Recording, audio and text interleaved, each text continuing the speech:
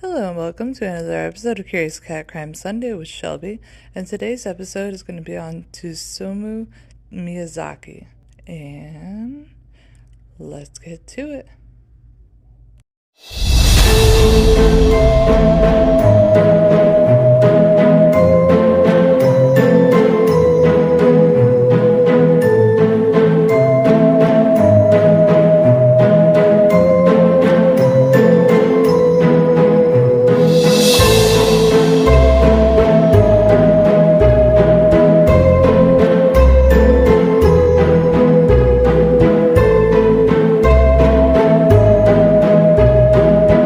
Hello and welcome. Today's episode is going to be on Tsutomu Miyazaki.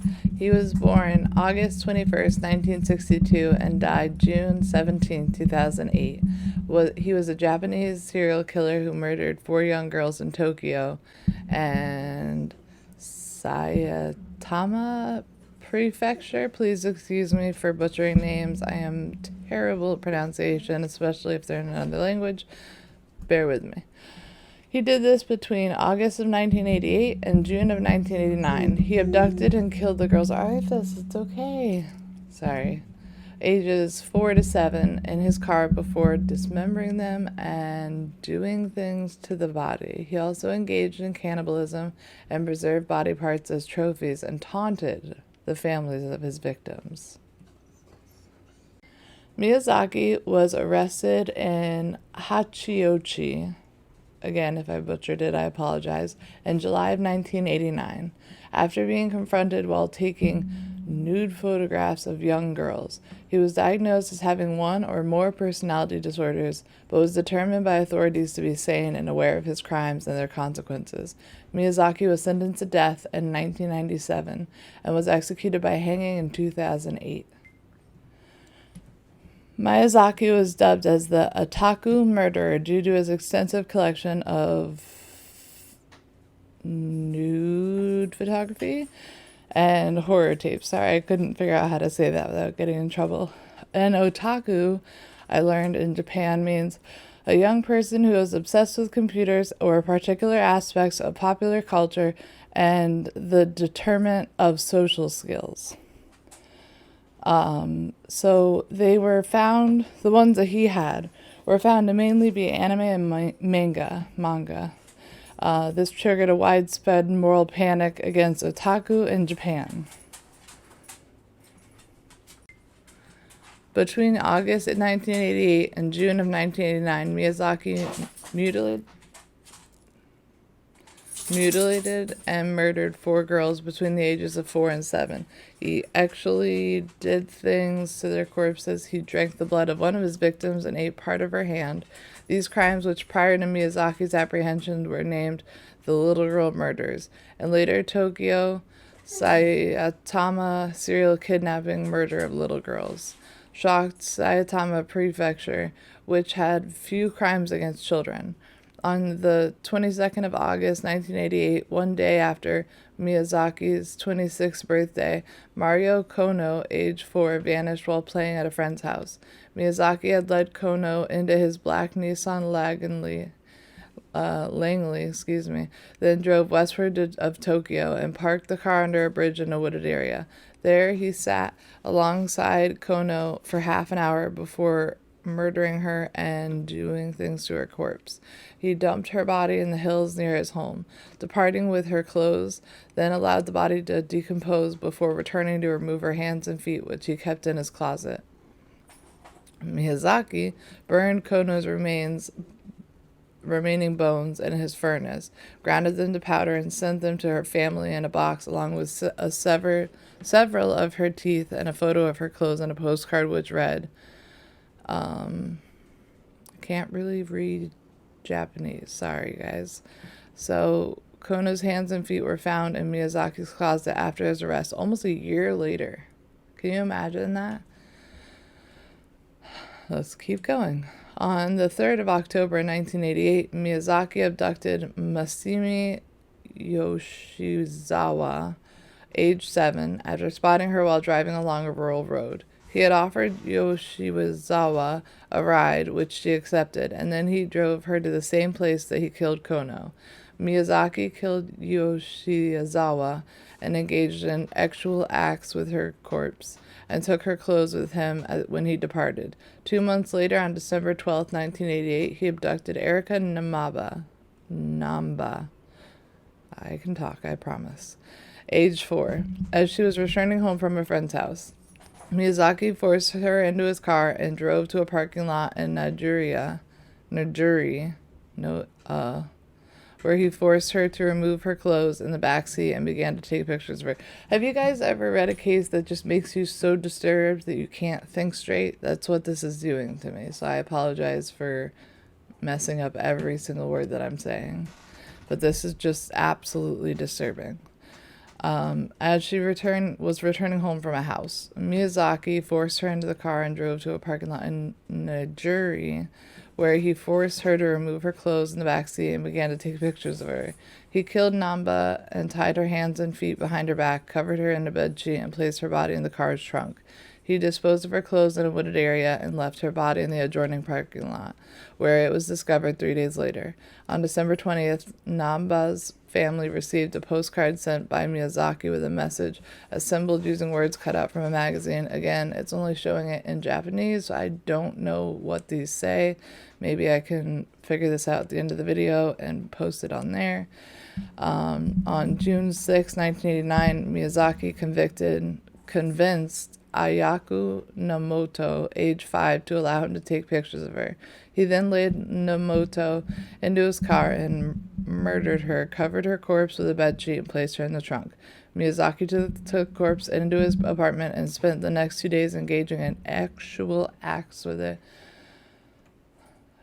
taking photos and videos of the remains in various positions. When Nomoto's corpse began to decompose, Miyazaki dismembered it, adorning her torso in a cemetery and her head in nearby hills.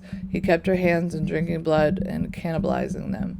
Fearing the police would find Nomoto's body parts, Miyazaki returned to the cemetery in the hills 2 weeks later and carried the remains back to his apartment, where he hid them in the closet. Let's get to the arrest. Finally.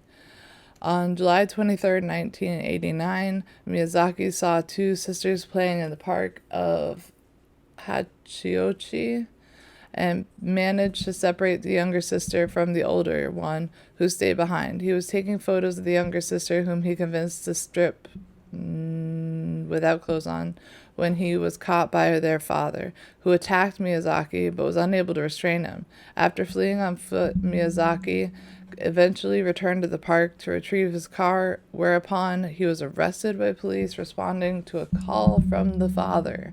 Thank you to the father. A search of his 2-room bungalow produced 5,763 videotapes, some containing anime and slasher films, later used for reasonings of his crimes. Intercepted among the video footage was photos of the victims, Miyazaki, who retained a perpetual calm and collected demeanor during his trial, appeared indifferent to his capture. It's crazy. Miyazaki's trial began on March 30th, 1990, where talking nonsensically, he blamed his actions on the Rat Man, an alter ego who he claimed forced him to kill, and he spent time during the trial drawing Rat Man in cartoon form. Miyazaki's father refused to pay for his son's legal defense and died by suicide in 1994. The dad, not Miyazaki. The 7-year trial focused on Miyazaki's mental state at the time of the murders. Under Japan law, of sound minds are not subject to punishment. People having cognitive disabilities are entitled to reduced sentences. 3 terms of court-appointed experts psychiatrists came to differing conclusions about Miyazaki's ability to tell right from wrong. One team determined him to have cognitive disabilities, while another team concluded he was schizophrenic. The other that had multiple personality disorder. A third team found that Miyazaki's personality disorder, he was still capable of taking responsibilities for his actions. The Tokyo District Court judged Miyazaki aware of the magnitude and consequence of his crimes, therefore accountable. He was sentenced to death on April 14th, 1997. His death sentence was upheld by both the Tokyo High Court on June 28th, 2001, and the Supreme Court Justice on January 17, 2006. Miyazaki described his serial murders as an act of benevolence.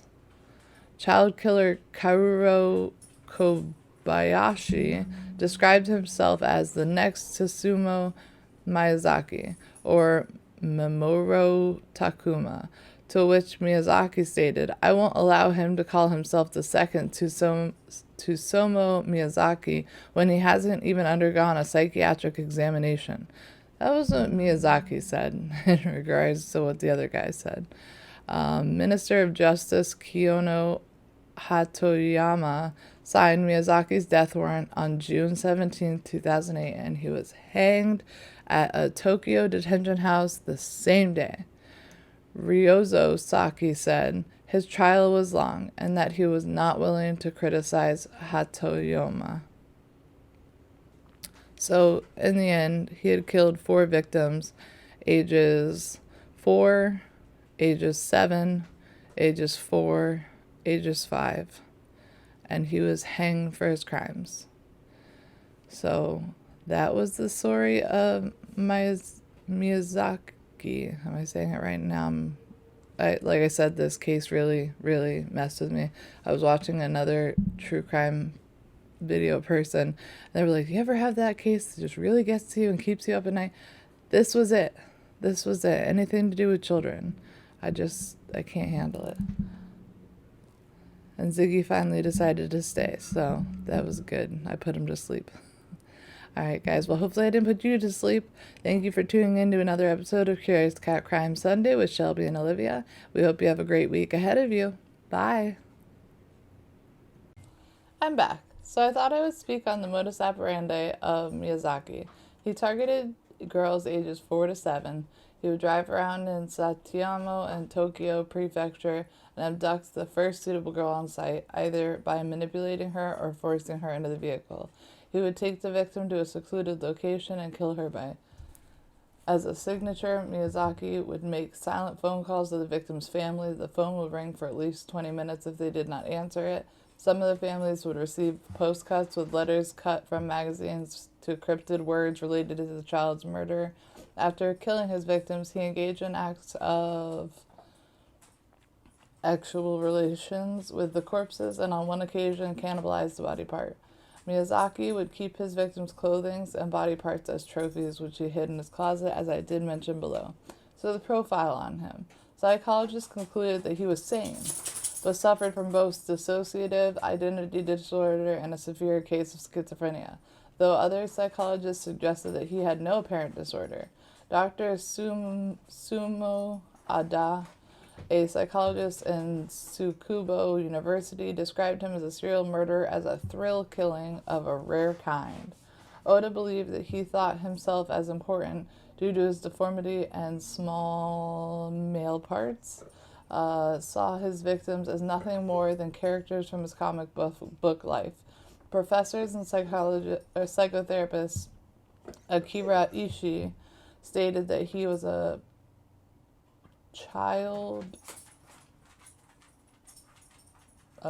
pedophile first and murder second. Killing was an extent of his interest in little girls and a way of possessing them.